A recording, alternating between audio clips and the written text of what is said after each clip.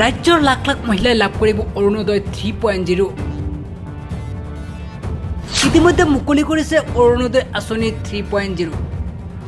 অৰুণোদয় 3 বা যাক আমি চমুকৈ অৰুণোদয় 3.0 বুলি কম। এই আঁচনিখন অসমৰ ৰাইজৰ বাবে সমৰ্পণ কৰাৰ এটা বিৰল সৌভাগ্য।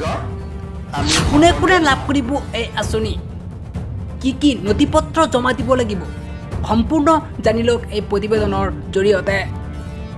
ইতিমধ্যে ৰাজ্যৰ মুখ্যমন্ত্ৰীয়ে শুভাৰম্ভ কৰে অৰুণোদয় আঁচনি 3.0। ৰাজ্যৰ 27 লাখ হিতাধিকাৰীয়ে অৰুণোদয় আঁচনিত অন্তৰ্ভুক্ত থকাৰ উপৰিও নতুনকৈ 9 লাখ মহিলাক অৰুণোদয় আঁচনিত অন্তৰ্ভুক্ত কৰাৰ সিদ্ধান্ত লৈছে ৰাজ্য চৰকাৰে।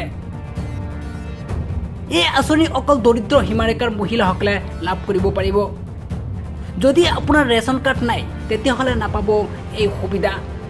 অহা নৱেম্বৰ মাহৰ পৰা আৰম্ভ হ'বলৈ গৈ আছে আবেদন প্ৰক্ৰিয়া। যদি আপুনি এগৰাকী যোগ্য ব্যক্তি, আপোনাৰ নিকটৱৰ্তী পঞ্চায়তলৈ যাওক আৰু যোগাযোগ কৰক। এই আঁচনি লাভ কৰিবলৈ হ'লে ৰেচন কাৰ্ড থকাটো বাধ্যতামূলক।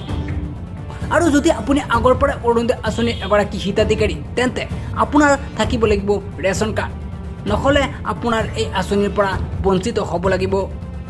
উদ্বোধনটো কৰা হ'ল। তো ইয়াত আমি নতুন যি আঁচনি অৰুণোদয় 3 হ'ব, তাত আমাৰ পুৰণা হিতাধিকাৰী যিসকল আছে তেওঁলোকে মানে আঁচনিটো লাভ ল'বলৈ আকৌ পুনৰ মানে নতুনকৈ ফৰ্ম ফিল আপ কৰিব লাগিব। তো সেই কথাটোৱে আমি জনালোঁ। আৰু এইবাৰ ৰেচন কাৰ্ড মেণ্ডেটৰী কৰিছে, তেওঁলোকে ৰেচন কাৰ্ড দাখিল কৰি তেওঁলোকে এপ্লাই কৰিব লাগিব। তো সেই কথাটোৱে জনালোঁ। আৰু আমাৰ ডিষ্ট্ৰিক্টৰ এইবাৰ টাৰ্গেট আহিছে 90,000। তো এইবাৰ আমি আগতকৈ আৰু বেছি হিতাধিকাৰী যোগ দিব পাৰিম বুলি আমি আশা কৰিছোঁ। আৰু নতুন পুৰণা মিলাই ঠিক মানে নতুন 90,000 সংযোজন হ'ব বুলিয়ে কৈছে। এতিয়ালৈকে ইমান সেইটো কথা বাৰু নিশ্চিত হোৱা নাই, কিন্তু নতুন হিতাধিকাৰী হ'ব বুলিয়ে কৈছে 90,000। গাঁও পঞ্চায়তৰ অফিচৰ পৰাই সম্বোধন কৰিব পাৰিব। সেইটো নৱেম্বৰ মাহৰ পৰা ষ্টাৰ্ট হ'ব। নৱেম্বৰ পৰা জানুৱাৰীলৈকে চলিব হিতাধিকাৰী বাছনি প্ৰক্ৰিয়া। তো গাঁও পঞ্চায়তৰ অফিচৰ পৰা তেওঁলোকক বিলাব, তাৰ পৰা লৈ তাতে তেওঁলোকে আবেদন পত্ৰ দাখিল কৰিব পাৰিব। পুৰণাখিনিও নতুনকৈ আবেদন কৰিব লাগিব। হয়,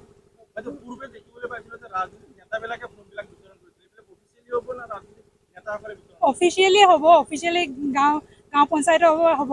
কিন্তু যিহেতু মানে DLMC মানে তাত মানে কিছুমান মানে ৰাজনৈতিক নেতাও মানে মেম্বাৰ হিচাপে থাকে, তেওঁলোকেও কিছুমান প্ৰপত্ৰ এনেই নিজে লৈ গৈ পিনে তেওঁলোকে অলপ বিলায়, সেনেকুৱাত মানে থাকিব পাৰে। কিন্তু মানে এনেই অফিচিয়েলি আমাৰ গাঁও সভা পাতি পিনে আমি তেওঁলোকক মানে বাছনিটো কৰিব লাগে।